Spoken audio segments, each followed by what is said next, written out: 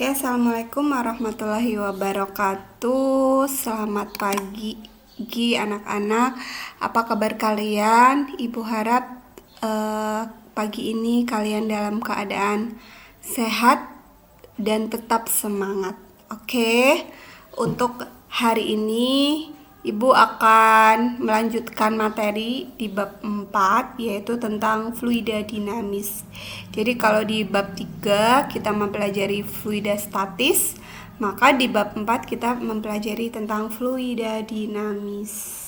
Oke, jadi ada subbabnya. Nanti kita akan mempelajari hukum kontinuitas, meliputi luas penampang, kecepatan air, massa jenis, dan hukum Bernoulli, meliputi ketinggian dan tekanan fluida. Oke. Apa yang dimaksud dengan fluida ideal? Jadi yang pertama, aliran fluida dapat merupakan aliran tunak, steady, atau tak tunak, non-steady. Terus aliran fluida dapat termanfaatkan, compressible, atau tak termanfaatkan, incompressible. Aliran fluida dapat merupakan aliran kental atau tak kental. Aliran fluida dapat merupakan aliran garis arus, streamline, atau aliran turbulen. Jadi kalau kalian perhatikan, garis arus di sini adalah aliran fluida yang mengikuti suatu garis lurus melengkung yang jelas ujung dan pangkalnya. Nah, ini kalau yang ini namanya aliran laminar. Kalau yang ini berputar itu aliran turbulen. Oke, untuk hukum dasar fluida dinamis, yang pertama kita mempelajari tentang debit. Debit adalah besaran yang menyatakan volume fluida yang mengalir melalui suatu penampang tertentu dalam satuan waktu. Jadi debit di sini Q sama dengan V per T. Jadi volume dibagi selang waktu. Atau debit juga bisa dicari dengan A kali V. A adalah luas penampang, V-nya adalah kecepatan air. Jadi di sini V-nya ada dua. Yang V besar ini namanya volume, yang V kecil ini namanya kecepatan. Jadi debit itu bisa pakai volume dibagi waktu, atau bisa juga dipakai luas penampang dikali kecepatan, begitu. Oke, selanjut untuk persamaan kontinuitas. Jadi misalkan ada aliran air, maka debit di sebelah sini dengan di sini itu nilainya harus sama atau konstan. Pada fluida tak termanfaatkan, debit fluida di mana saja itu selalu konstan. Ya. Ini namanya persamaan kontinuitas, atau Q1 sama dengan Q2, atau A1 kali V1 sama dengan A2 kali V2, atau V1 per V2 sama dengan A2 per A1. Nah, karena A itu berbentuk luas, maka di sini kecepatan juga bisa dibandingkan dengan jari-jarinya. Kalau yang diketahui jari-jari ini bisa pakai R2 per S1 kuadrat, atau kalau yang dicari diameter atau yang diketahui diameter juga bisa pakai persamaan ini. Ini yang disebut dengan persamaan kontinuitas. Oke, lanjut ke hukum dasar fluida dinamis. Untuk fluida dinamis, ya, misalkan kita mau mencari energi potensialnya, misalkan ini pada aliran air terjun, maka EP-nya tinggal M kali G kali H.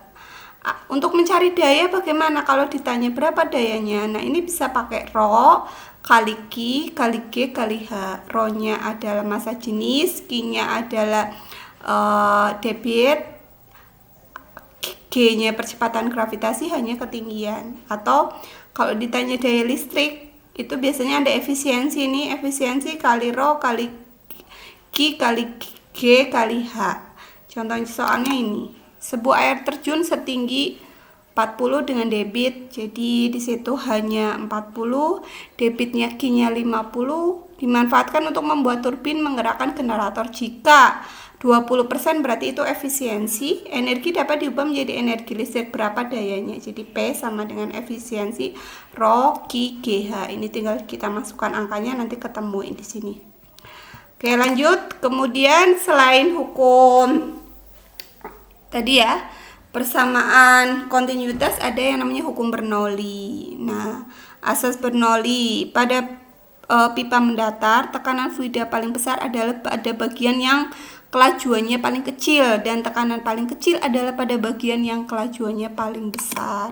Contoh penerapan hukum Bernoulli dalam kehidupan sehari-hari, misalkan itu di perahu, dua perahu motor berbenturan, aliran air yang keluar dari keran ini menggunakan hukum Bernoulli. Ya, ini persamaan P plus setengah rho V kuadrat plus rho GH bernilai konstan.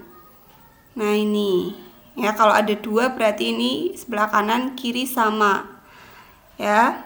Kemudian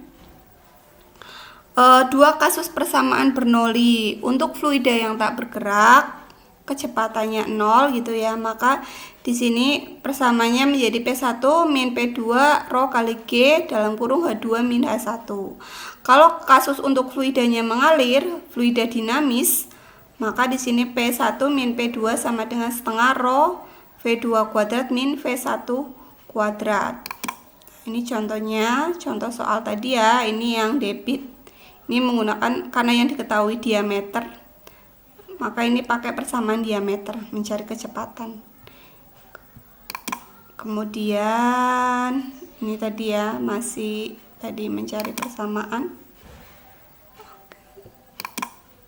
Oke, contoh soalnya. Terus lanjut ke hukum Bernoulli, yaitu teorema Torricelli.